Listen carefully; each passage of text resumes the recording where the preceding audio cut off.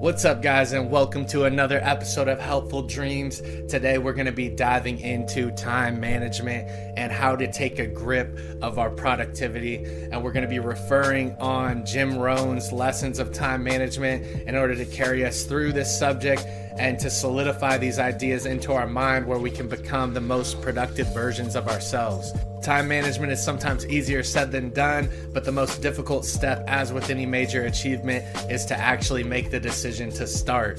We must start to take a grip of our time and not let it slide through the cracks, because killing time is a form of suicide, not murder. Remember that. When you're letting time slip through the cracks, you're doing the harm to yourself.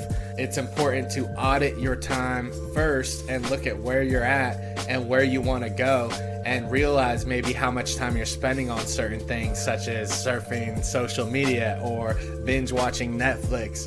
It's okay to do those things, but we'd be surprised if we looked at how much we really spend doing activities that aren't carrying us towards our ultimate goals. The good thing is the information is out there that will lead us to creating our best lives. It's not the lack of information that's the problem, it's our lack of action on that information. And so we must hear these things and then also develop the practice of doing them. Philosophy number one for time management is to make your own plan, because if you don't make your own plan, you'll become part of someone else's. And Jim Rohn says, what do you think other people have in store for you? Not much. Designing your life is another way of saying, I'm going to make life happen rather than let life happen to me. We need to take the objective approach to plan our lives, set in motion, and be intentional about each hour that we spend doing something. This will lead to planning your life day to day until eventually you look back and you've accomplished everything that you set out to do. Philosophy number two is writing down your goals. Jim Rohn believes that you actually have to write down your goals. Not just Jim Rohn, but most of the self-development community stresses that you must actually physically write down your goals and not keep it all in your head. For a long time, I kept everything in my head, and I just kept everything in mind and said, oh, I'll do this and I'll do that. But it didn't really solidify until I started writing it down, and I was able to refer back to it. And I was able to break it down into smaller objectives when I put it out on paper. And so this step is super important, and it's most often overlooked. So take the time to sit down, focus, write it down. Philosophy number three from Jim Rohn is if you don't control your time will control you. We've all had days that we haven't properly planned and we wanted to get something done, and then before we knew it, we were at the end of the day running out of time and looking back on the day, and we didn't really get much done. The trick is grabbing the reins of the day and taking control, waking up every day with intention and sticking to that intention and knowing what you're doing. That's the difference between just being drugged through life and actually controlling your life and getting things done that you want and moving on to a better future. Philosophy number four from Jim Rohn's time management advice is if it's simple to do, it's also simple not to do. And so as well as mapping out those larger objectives that we have and those big dreams that we have in life, we need to take into account all the small mundane tasks and properly block out time where we can get those done one after another in between the larger objectives that we're trying to accomplish. If you group them all together, they're easier just to knock down. You have to think of the 2-minute rule. If it takes 2 minutes to do, then you should probably do it right when you think about it. If it takes 10 minutes to do, batch it with the other 10-minute activities. And if it takes longer than that, then you may have to block bigger blocks of time to tackle it all. But boxing all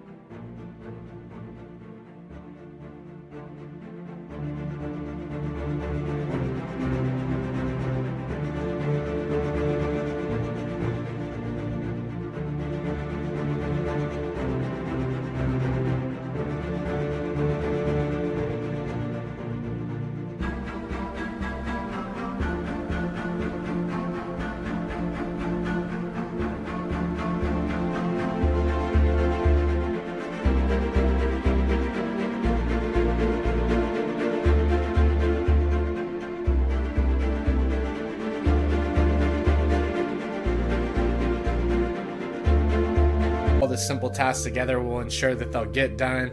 And if you write them down, it allows you the ability to not let them slip through the cracks. And this is super important because things can get away from us easily if we do not handle these small tasks over a longer period of time. Jim Rohn's philosophy number 5 is desire loses its value without urgency. So it's important to set commitments and set deadlines, or else things won't get done.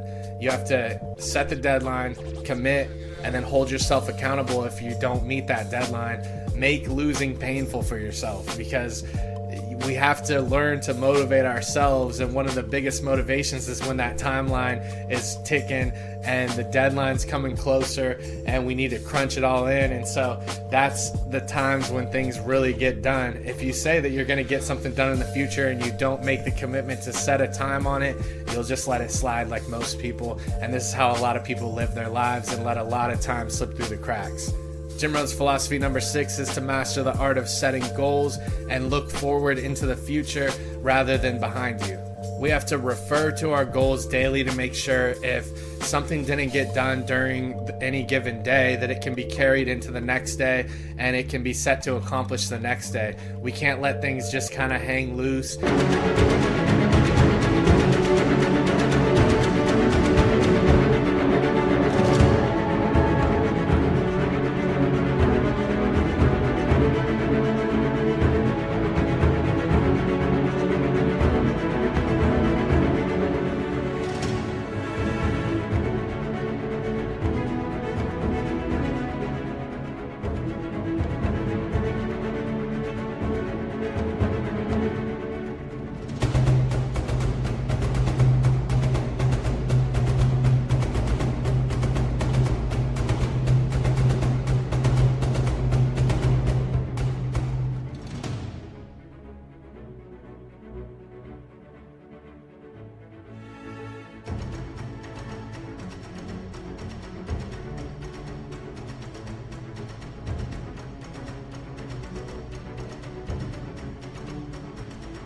We want to refer to our goals again and again. We also want to evaluate our goals in order to distinguish between what is important and what's not important to us. And we need to do this on a regular basis because things change, goals change, and we need to audit the way we spend our time, block out time.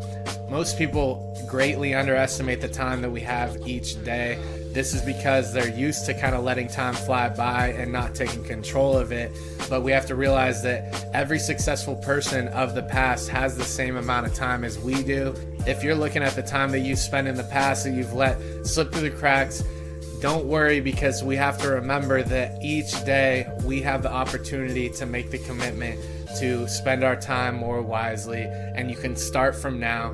And I hope you guys have a relaxing weekend and you're able to reflect, but maybe this weekend on Sunday, sit down, begin to map out what your Monday is going to look like and then the rest of the week. And remember to block in time for your productivity objectives, as well as your time to maybe go on a walk and decompress in order to manage your energy levels and keep momentum flying into the future. That concludes our time for today. Thank you for stopping by. If you like this type of content, please subscribe. It helps get the message out to more people, and that's the name of the game. Thank you so much, and I'll see you in the next one.